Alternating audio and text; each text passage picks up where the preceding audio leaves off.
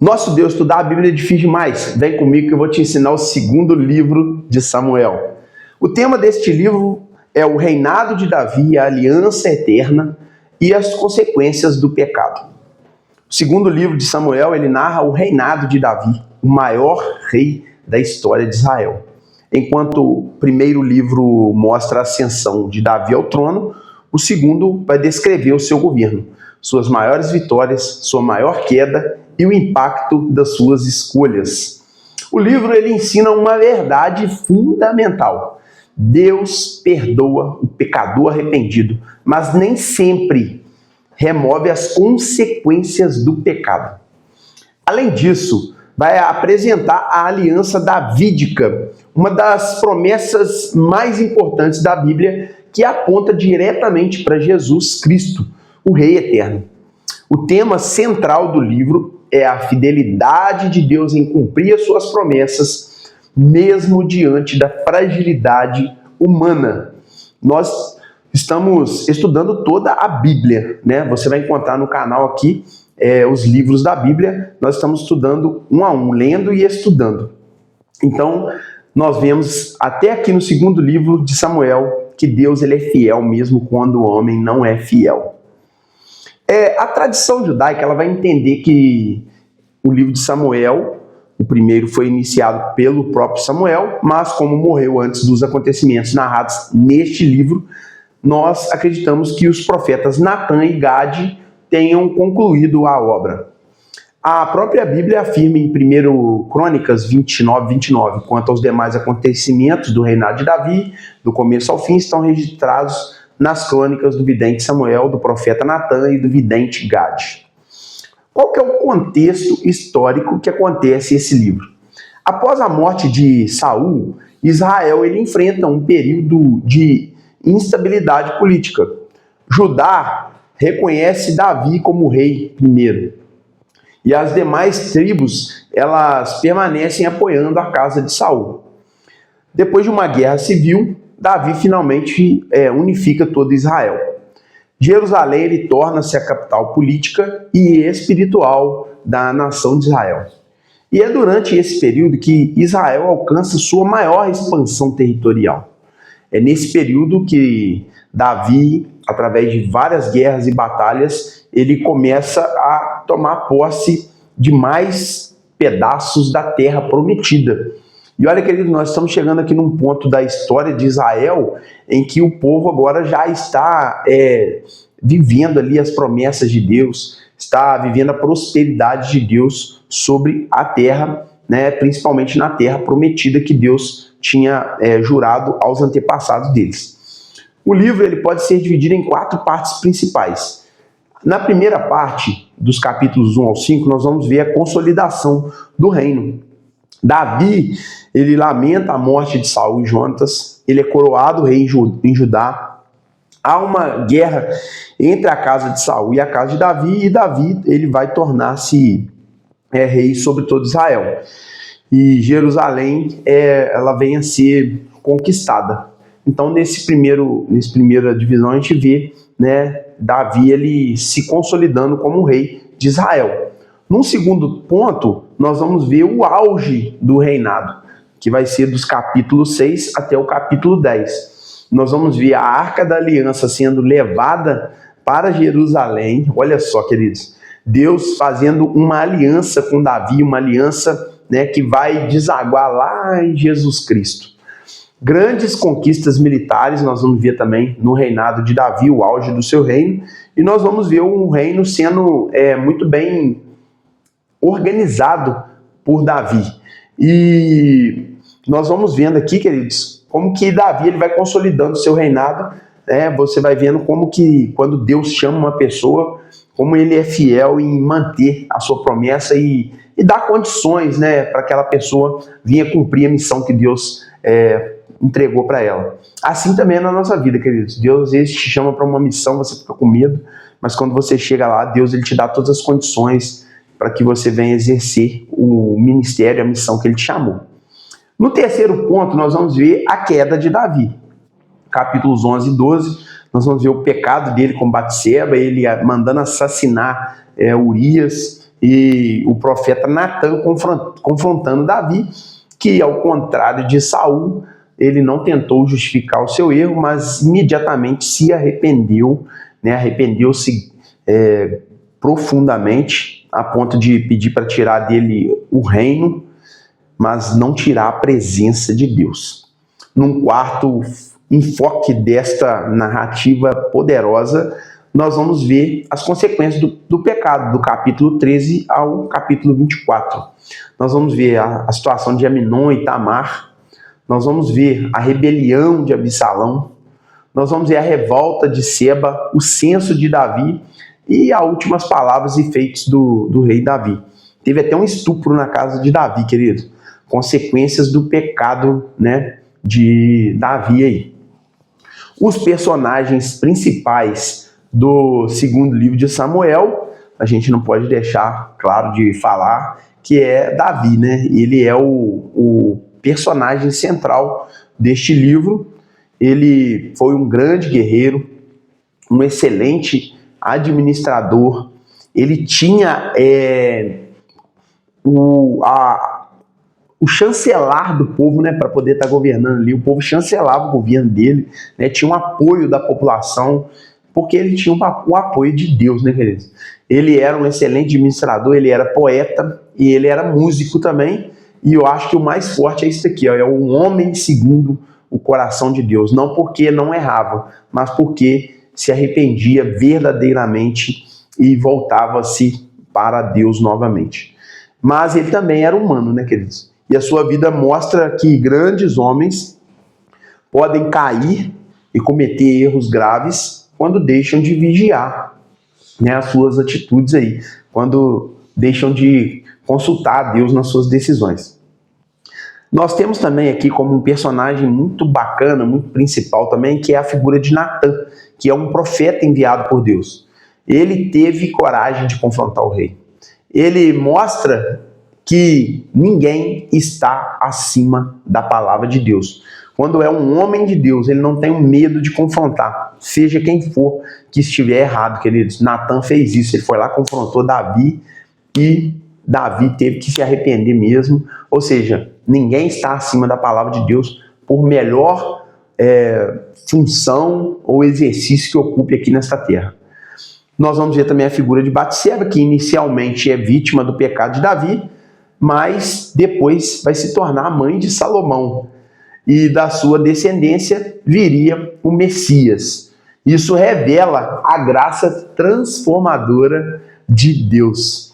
Nós vamos ver também como personagem principal deste livro o filho de Davi, que é essa figura chamada Absalão. A Bíblia vai falar que ele era um homem muito bonito, muito imponente, né, muito forte, e ele de algum momento ele quer ali tomar o reinado do seu pai. Ele era filho, bonito, carismático, mas era ambicioso e rebelou-se contra o próprio pai dele, né, essa figura de Absalão aí. E a história de Absalão, ela vai mostrar pra gente o quê? Como que o orgulho, né, ele vai destruir famílias, vai destruir nações inteiras, né? Nós temos que vigiar muito a nossa caminhada cristã para a gente não ser pego pelo orgulho, né? O segundo livro de Samuel nos ensina muito isso.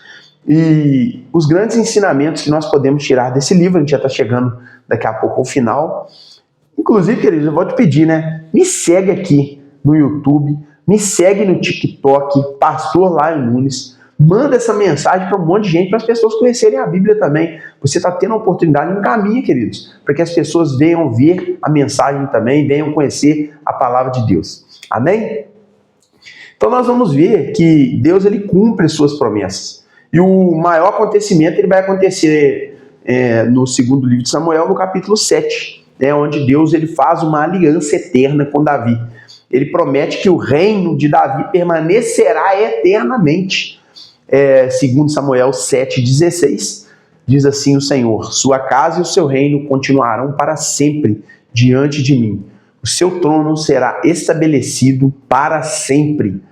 Essa promessa vai muito além de Salomão, que foi o sucessor de Davi. No primeiro livro dos Reis nós vamos ver isso. Mas essa promessa, ela aponta para Jesus, o Cristo, o ungido, o Messias, o descendente de Davi, cujo reino jamais terá fim. Está vendo que ele diz no Antigo Testamento aqui apontando para Jesus? Essa é a história de que o Antigo Testamento não vale mais. Não caia nisso, queridos, porque isso é uma heresia gigantesca.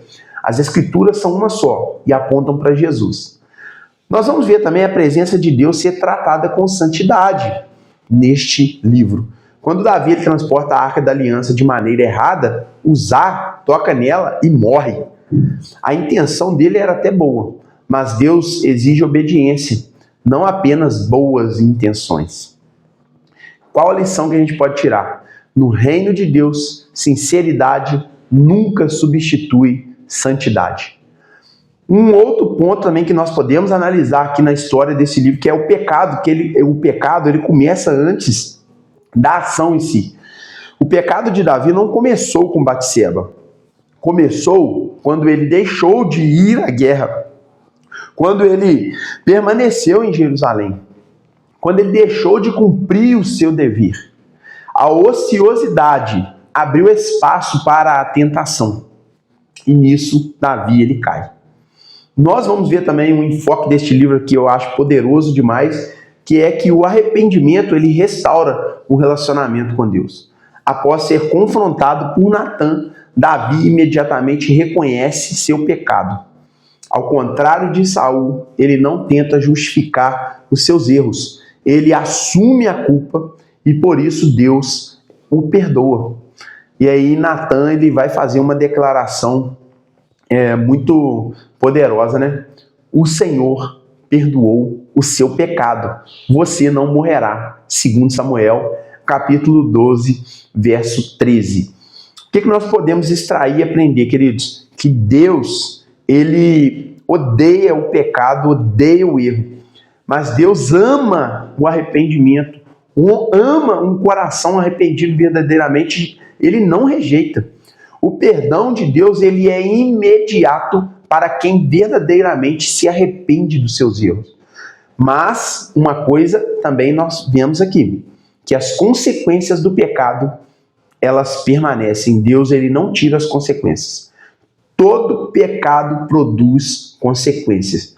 Embora Davi foi perdoado imediatamente, a sua família passou por enormes tragédias.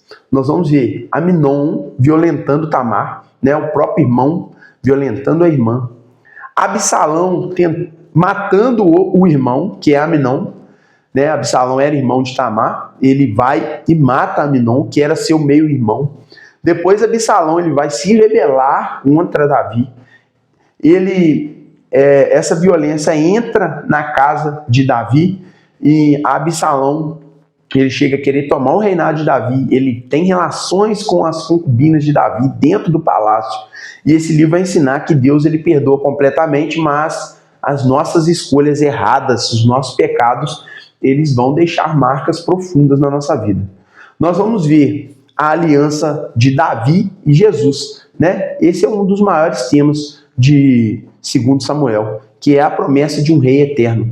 Embora Salomão tenha ocupado o trono de Davi, o seu reino vai terminar, a gente vai ver, ele terminou, e a promessa vai se cumprir verdadeiramente e plenamente, 100% em Jesus. Jesus nasceu da descendência de Davi, foi chamado, né, filho de Davi, e ele é o rei prometido pelos profetas. O seu reino nunca terá fim. Nenhum juiz ou rei foi capaz de trazer uma paz, uma aliança verdadeira entre Deus e os homens que não fosse Jesus Cristo. E nós aguardamos ansiosamente a segunda vinda de Cristo para cumprir plenamente, né, as suas promessas para o seu povo. O reino de Jesus nunca terá fim. Assim, a aliança davídica ela é uma profecia messiânica que vai encontrar o seu cumprimento perfeito em Jesus Cristo.